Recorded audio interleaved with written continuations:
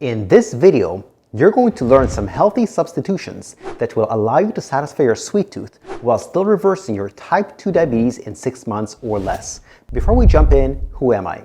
My name is Igor. I'm the author of the Amazon best-selling book called Type 2 Diabetes Reversal Secrets. As well, I run an online personal training company called Fitness Solutions Plus that specializes in helping type 2 diabetics reverse their diabetes.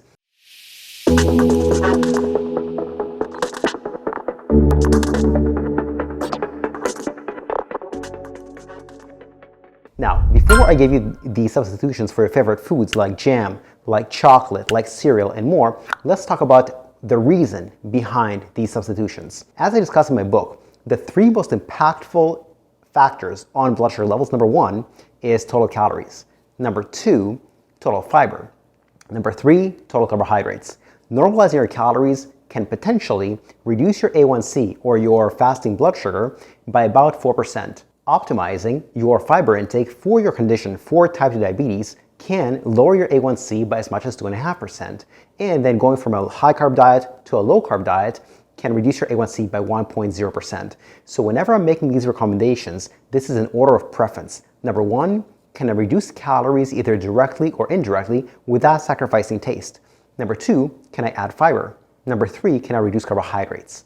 So with these criteria in mind, here are my favorite substitutions. If your issue is general snacking, for example, you snack on chips, or you snack on nuts, or you snack on cookies, you're not really hungry, but we just want to put stuff in your mouth.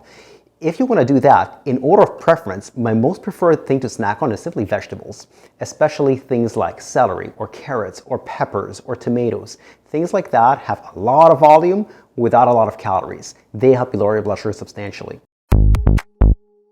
My next most favorite thing to snack on for diabetics is fruits, especially fruits that are high in fiber. And the fruits that are highest in fiber, shy of dried fruits, are the berry family: blueberries, blackberries, raspberries.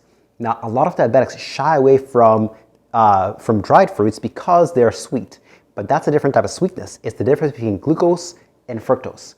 And the second reason why dried fruits are good for you is because they're super high in fiber. To give you some perspective, something like broccoli or celery or spinach, they have about 2 to 3 grams of fiber per cup, which is not a heck of a lot.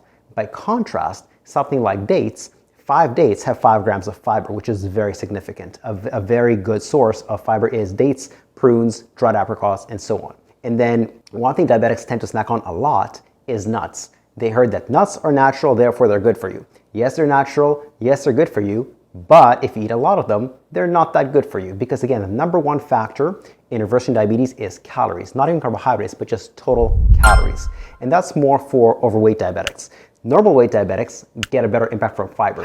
And then my third most preferred thing to snack on, if general snacking is your issue, is something called Konjac Jelly. Konjac is spelled K-O-N-J-A-C. It's not like your favorite alcoholic drink, so it's a different type of cognac. It's very, very popular in Korea. It's a gel-like substance, comes in many different flavors like apples, pears, lychee, and so on.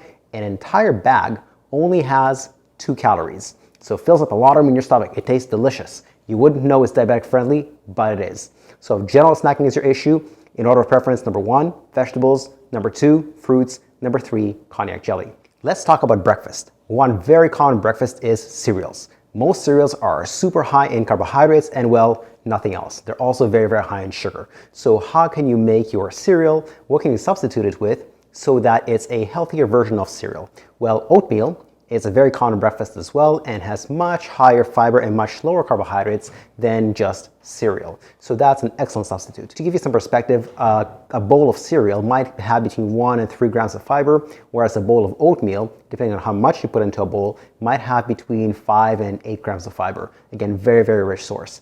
Another way to make cereal healthier, if you want to just stick to your original cereal, is to just add high fiber seeds. Flax seeds, chia seeds, hemp seeds. They are a very, very rich source of fiber. Another way to do it is to look for high fiber cereals.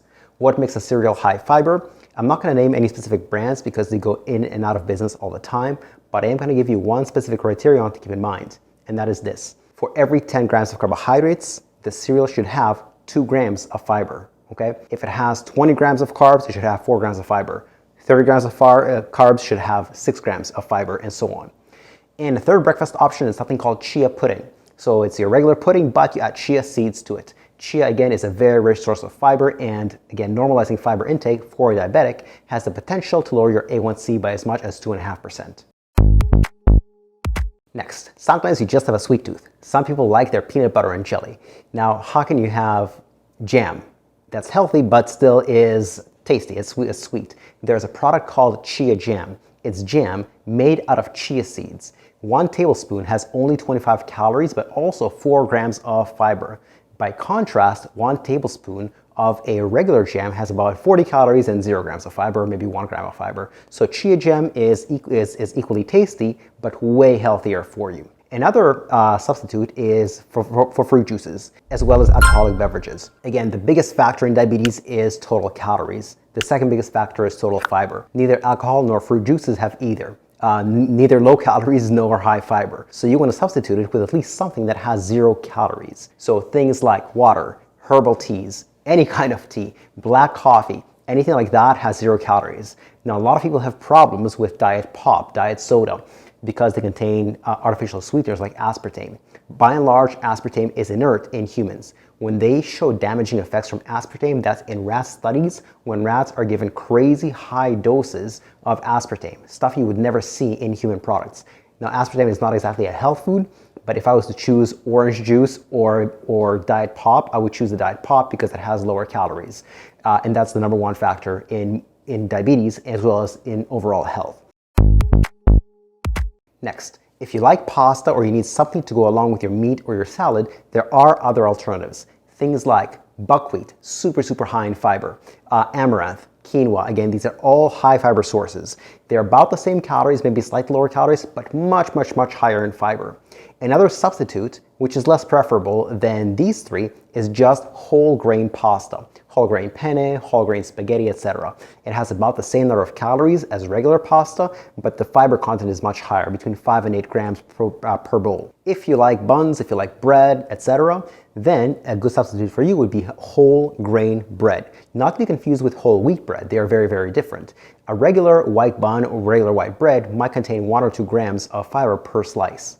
By contrast, whole wheat bread might have 2 or 3 grams of fiber per slice. Whole grain bread, on the other hand, has 5 to 8 grams per slice. So that would be a preferable substitute to just regular white bread. Lots of diabetics love chocolate. I'm not a diabetic and I still love chocolate. So what's a healthy substitute for chocolate? There's a specific product called Better Chocolate or 4X Better Chocolate. It has a dark chocolate coating with the inside being milk chocolate. Where it really stands out from most chocolate is it's delicious, because a lot of healthy brands don't taste very good. This is a healthy brand that tastes good. I have no financial affiliation with it. It has 4 grams of fiber per serving, which is 7 little squares, and it's a little bit lower in calories than regular chocolate. In addition to that, it also comes with about 8 or 9 grams of fiber. So if you're going to go for the regular option versus the healthy option but still tasty, this is the far superior option. Lastly, we're going to talk about brownies, pastries, etc. One substitute for things like brownies and pastries is a small snack called amino bites or amino balls. They're very delicious. They come in different flavors like peanut butter chocolate, like caramel macchiato, which is my personal favorite. An entire serving is only 190 calories as well as 5 grams of fiber. So these are all ways you can have delicious foods. You don't have to give up your sweet tooth, and yet you can satisfy all those sweet cravings and still reverse your type 2 diabetes by watching your calories, your fiber, and your carbs. If you like this video, please click like and subscribe. It will help this video reach other diabetics and help them reverse their type 2 diabetes. As well, it will help you learn when I publish more videos just like this. I hope you like this. Click like. Thank you, and goodbye.